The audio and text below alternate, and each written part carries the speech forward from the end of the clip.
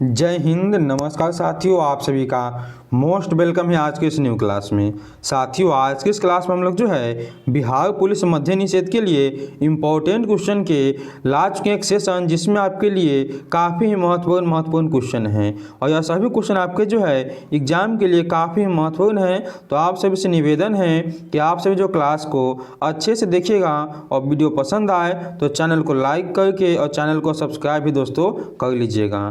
तो चलिए साथियों, हम लोग जो है करते हैं क्लास को स्टार्ट और देखते हैं आज का प्रश्न। आप लोग अपने दोस्तों के पास भी क्लास को शेयर कीजिएगा। चलिए देखिए, अगला प्रश्न आप सभी का क्या है यहाँ पे। पहला ही प्रश्न आप सभी के यहाँ पे है, भद्रावती लौह इस्पात उत्पादन केंद्र किस राज्य में है? यह आपके कहाँ पे है? तो कर्नाटक में है। सी ऑप्शन आप सभी के यहाँ पे दोस्तों सही हो जाएंगे। अगला प्रश्न आप सभी का है, जमशेदपुर स्थित टाटा लौह इस्पात केंद्र की स्थापना किस वर्ष हुई थी? टाटा लौह इस्पात की स्थापना जो है 1907 में किया गया। आप सभी के यहाँ पे जो है डी ऑप्शन हो जाएगा बिल्कुल ही सही।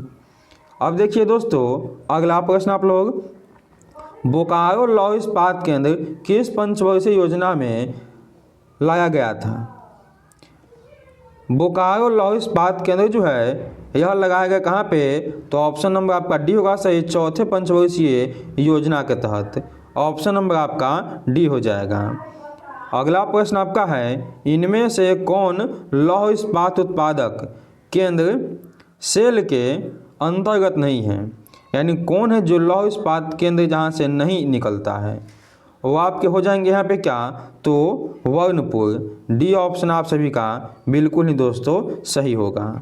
चलिए दोस्तों देखिए अगला प्रश्न आप लोग, सलेम लौह इस्पात केंद्र किस राज्य में अवस्थित है? ये आपके जो है अवस्थित जो है कहाँ पे? तो तमिलनाडु में। ये ऑप्शन आप सभी के साथियों बिल्कुल ही सही हो जाएंगे। अगला प्रश्न आप सभी का है, उड़ीसा में कितने लौह इस्पात केंद्र हैं? उड़ीसा में आपके जो है टोटल 2 लौह इस्पात केंद्र हैं। ऑप्शन नंबर आप सभी का बी हो जाएगा यहाँ पे बिल्कुल ही सही। अगला देखिए आप लोग, विजयनगर लौह इस्पात केंद्र किस राज्य में स्थित है? तो विजयनगर आपका जो है ये आपके हो जाएंगे कहाँ पे? कर्नाटक में। आप सभी का यहाँ पे जो है ए ऑप्शन दोस्तों बिल्कुल ही सही हो जाएगा। अब देखिए दोस्तों अगला प्रश्न आप लोग, टिक्सो को किसकी खानों से कोयले मिलते हैं? टिस्को को किसकी खानों से कोयले मिलते हैं? कौन से खानों से? वहाँ पे क्या हो जाएंगे? तो बादाम पहाड़ से। ऑप्शन नंबर आप सभी का यहाँ पे जो है बी सही हो जाएगा। चलिए हम लोग देखते हैं अगला प्रश्न, बोकारो लौह इस्पात केंद्र किसके सहयोग से स्थापित किए गए? बोकारो लौह इस्पात केंद्र जो है ये आपके संयुक्त यानी सोवियत संघ, जिसको हम क्या कहते हैं रूस कहते हैं, रसिया के सहयोग से यह स्थापित हुए थे। आप सभी के यहाँ पे जो है सी ऑप्शन हो जाएंगे सही दोस्तों। चलिए अगला आपका है, टेक्सको को जल की सुविधा कहाँ से मिलती है? टिस्को को जो है जल की सुविधा मिलती है कहाँ से? तो स्वर्ण रेखा से। आप सभी का ऑप्शन बी जो है वह सही हो जाएगा। चलिए अगला प्रश्न आपका है, बोकारो लौह इस्पात केंद्र के लिए कोयला कहाँ से प्राप्त होता है? इसके लिए कोयला आपके जो है झरिया से प्राप्त हो। कहाँ से? झरिया से। और झरिया कहाँ पे है? ये आपका है झारखंड में। कहाँ पे है? तो ये आपका झारखंड में है और यह आपका कोयला के लिए एक फेमस स्थान है। चलिए देखिए अगला प्रश्न आप लोग यहाँ पे, टिस्को में कामगार के रूप में मुख्यतः कौन से लोग हैं? यानी वहाँ पे जो है कौन से लोग अभी काम करते हैं? तो आपके संथाल लोग। ऑप्शन ए जो है आप सभी के बिल्कुल ही यहाँ पे सही हो जाएंगे। अगला देखिए आप लोग यहाँ पे, विश्व की प्रथम नगरीय सभ्यता कौन सी है? विश्व की जो है प्रथम नगरीय सभ्यता आपके जो है हड़प्पा सभ्यता हो जाएंगे, जिसको हम क्या कहते हैं, इसी का एक और नाम है। ठीक है, ऑप्शन नंबर आपका यहाँ पे हो जाएगा बी बिल्कुल ही सही। सिंधु घाटी सभ्यता इसी का एक और नाम हो जाता है।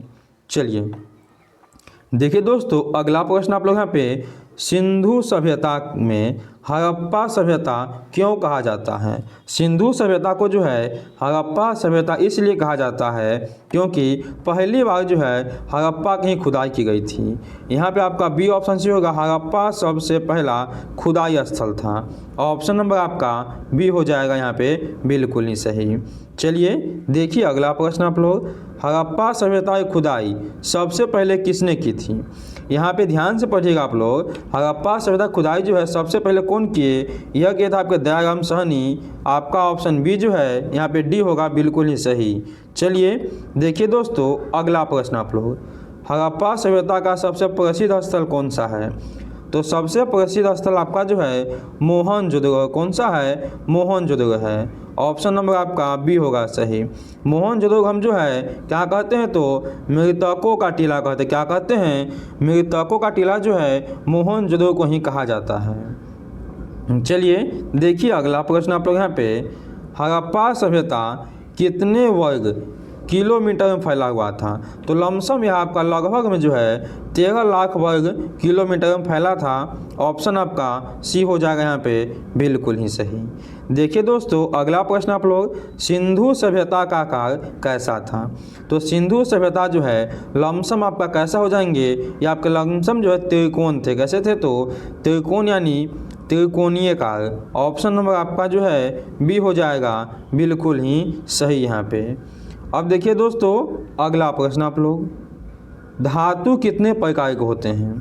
तो धातु जो है 2 प्रकार के होते हैं। एक आपका होता है क्या? तो आपको बताना है क्या आपके धातु कितने होते हैं? धातु और धातु होते हैं। ठीक है, यहाँ पे आप लोग जो है ये ऑप्शन सही कीजिएगा कि धातु कितने प्रकार के होते हैं? 2 प्रकार के होते हैं। चलिए अगला देखिए आप लोग यहाँ पे, क्या आप सभी के यहाँ पे है, वैसे तत्व जिसमें धात्विक तथा अधात्विक दोनों गुण मौजूद हो उसे क्या कहते हैं? देखिए आपका आ चुका है, एक आपका धात्विक खनिज, एक आपका अधात्विक खनिज होता ही है। या यह दोनों गुण जिसमें हो उसको हम कहते हैं उपधातु। क्या कहते हैं? उपधातु कहते हैं। ऑप्शन नंबर आपका यहाँ पे सी हो जाएगा सही। चलिए देखते हैं अगला प्रश्न।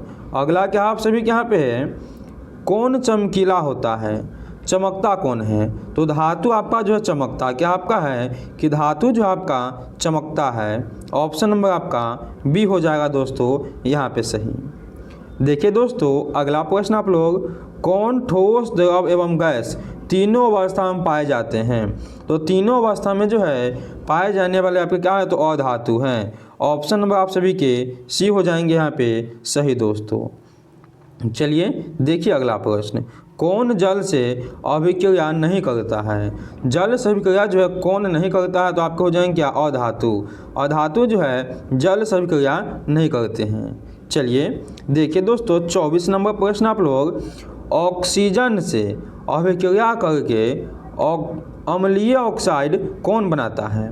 ऑक्सीजन से जो है अभिक्रिया करने के बाद अम्लीय ऑक्साइड कौन बनाएंगे? तो अधातु बनवा देंगे यहाँ पे। ऑप्शन नंबर आपका हो जाएगा डी बिल्कुल ही सही। देखिए दोस्तों आप लोग यहाँ पे 25 नंबर प्रश्न आपका, बल एक प्रकार का डैश है।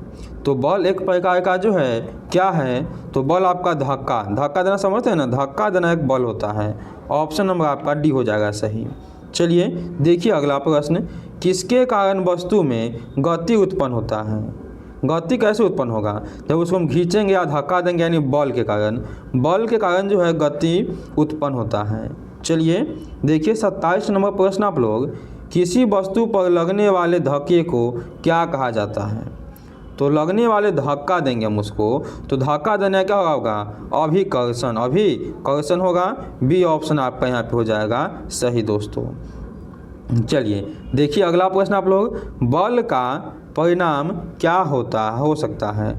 तो बल का परिणाम जो अधिक भी हो सकता है और कम भी हो सकता है, यानी आपका दोनों होगा। ऑप्शन नंबर आपका हो जाएगा यहाँ पे सी बिल्कुल ही सही। चलिए दोस्तों देखिए अगला प्रश्न आप लोग, प्रश्न क्या आपसे भी कहा, किसके परिणाम एवं दिशा दोनों होता है? इनमें किसमें जो है परिणाम और दिशा दोनों हैं? तो बल के जो है परिणाम एवं दिशा दोनों होते हैं। डी ऑप्शन आपके यहाँ पे सही हो जाएंगे साथियों। चलिए साथियों देखते हैं हम लोग यहाँ पे 30 नंबर प्रश्न, कुंवर सिंह कहाँ के जमींदार थे? जो कुंवर सिंह थे, जिन्होंने 1857 की क्रांति में बिहार से नेतृत्व किया। कहाँ से किया? तो बिहार से नेतृत्व किया था। यह थे कहाँ के? तो यह थे आपके जगदीशपुर के। ऑप्शन नंबर आपके यहाँ पे हो जाएंगे बी, बिल्कुल ही सही। तो दोस्तों यह थे आज के टोटल 30 इंपॉर्टेंट प्रश्न। क्लास कैसा लगा आप लोग हमें कमेंट में बता दीजिए, और क्लास अच्छा लगा तो प्लीज़ आप लोग वीडियो को लाइक कर दीजिए, और न्यू हैं तो सब्सक्राइब कर लीजिए, ताकि आने वाले डेली क्लास आपके पास ऐसे ही दोस्तों पहुंच जाए। चलिए दोस्तों, हम लोग जो है मिलते हैं एक नेक्स्ट वीडियो में। तब तक के लिए जय हिंद, जय भारत।